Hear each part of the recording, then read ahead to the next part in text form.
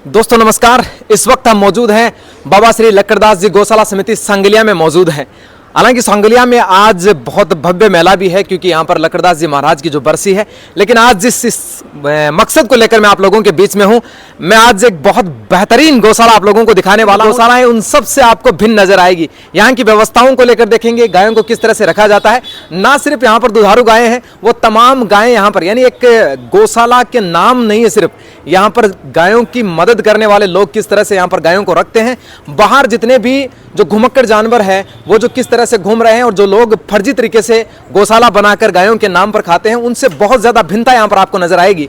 मैं अंदर से गायों की जो जिस तरह से यहाँ पर जो लोग हैं वो गायों की मदद करते हैं, सेवा करते हैं, गायों को किस तरह से रखते हैं, बाहर जो घुमक्कड़ जानवर है उनको यहाँ पर अंदर लाकर किस तरह से रखा जाता है, ये सारी तस्वीरें और सारी बातें, सारी व्यवस्थाओं के बारे में आज हम जानकारी लेंगे।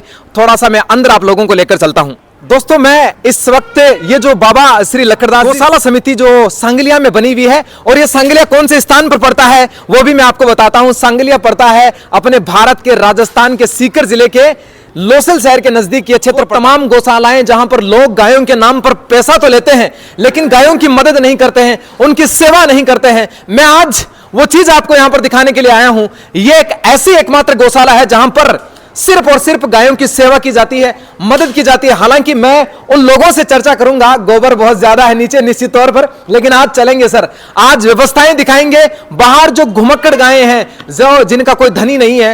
हालांकि दोस्तों ये लगातार प्रश्न उठता रहता है कि जितने भी जो गायें हैं वो रात्रि के समय पर जब रोड पर आ जाती है तो बहुत से एक्सीडेंट होने के खतरे बने रहते हैं।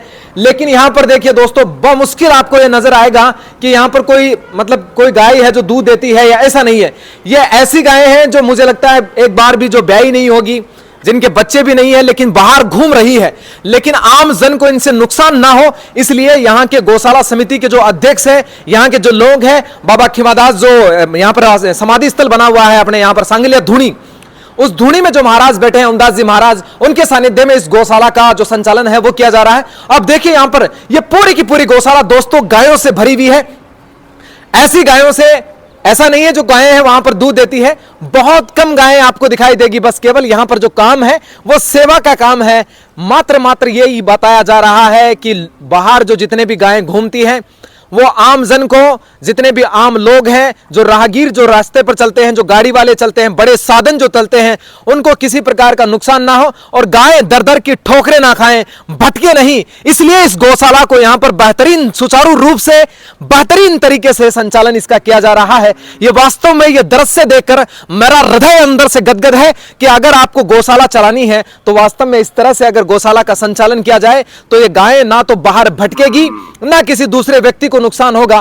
पानी की व्यवस्था आप देखिए, इधर वहां पर इनके घास फूस चारे पानी की व्यवस्था उस साइड में कर रखी है। तो इसके पीछे की तरफ यहां पर पानी की व्यवस्था, मेरे बाईं तरफ एक बड़ा टिन सेट लगा हुआ है जहां पर ये गायें, समस्त गायें जो है ये देखिए काफी बेहतरीन तरीके से व्यवस्था यहां पर गायें आपको नजर आएगी। और मेन मकसद यही है कि सर जो गौ माता है वो बाहर की तरफ परेशान ना हो और किसी भी आमजन को कोई दुविधा इनसे ना हो। बस सेवा का कार्य है, मानवता परमो धर्म का जो काम है वो निभाया जा रहा है। और इस वक्त मैं पहुंच चुका हूं, ये जो गौशाला बनी हुई है, इस गौशाला की जो लगातार बताया जा रहा है कि 25 बरस से जो इस गौशाला की सेवा में लगे हुए हैं, मोहन जी हमारे साथ है। मैं इनसे थोड़ी सी बातचीत करता हूं। मैं ये पूछ रहा हूं कि जैसे इतनी बड़ी गायें हैं, इनका ध्यान रखना है, तो कौन जो आप किन किन लोगों को यहाँ पर रखते हो, कितने लोग यहाँ पर रहते हैं?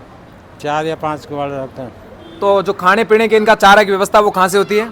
चारा पीरा गांव से लिया, वहाँ गांव से लिया, मोल लिया वहाँ।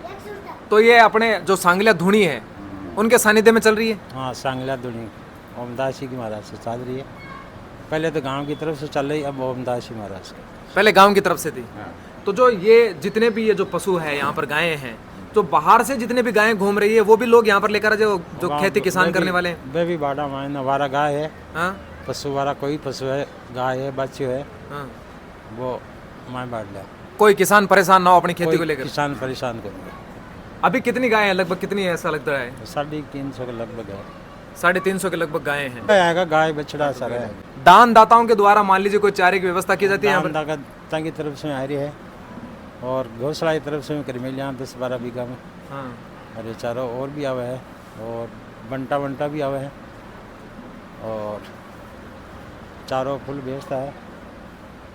चारा कीन, पानी कीन, साफ सफाई की सारी व्यवस्था है। बिल्कुल, मैं ये देख पा रहा हूँ जितने अदर गौशालाएं हैं उन सब से मैं ये देख रहा हूँ शानदार व्यवस्था आपने यहाँ पर कर रखी है। शानदार कर रखी है। और गांव कार के ही आवे 5-10 आदमी संभाले हमेशा के लिए, आवे जावे सब सारा काम व्यवस्था बढ़िया चल रही है। बहुत बहुत धन्यवाद दोस्तों, ये थे मोहन जी जिन्होंने बताया कि ये जो लक्कड़दास जी गौशाला समिति बनी हुई है, लगातार पिछले 25 वर्षों से हम यहाँ पर गायों की सेवा दे रहे हैं। जो बाहर घुमंतु जानवर है उनको भी लोग हैं जो अंदर यहाँ पर गौशाला के अंदर छोड़कर जाते हैं और ये सोचते हैं कि बाहर चलने वाले लोग जो मेन हाईवे पर चलते हैं किसी प्रकार का कोई एक्सीडेंट ना हो, जान माल की हानि ना हो, तो अंदर पशुओं को यहाँ पर रखते हैं। कोई भी गौमाता बाहर की तरफ भटके नहीं, इसके लिए भी सारी व्यवस्थाएं और उनकी सेवा में हाजिर रहते हैं। बहुत बहुत धन्यवाद। आप लोग वीडियो को शेयर करते रहे, बने हमारे साथ। जय हिंद, जय भारत।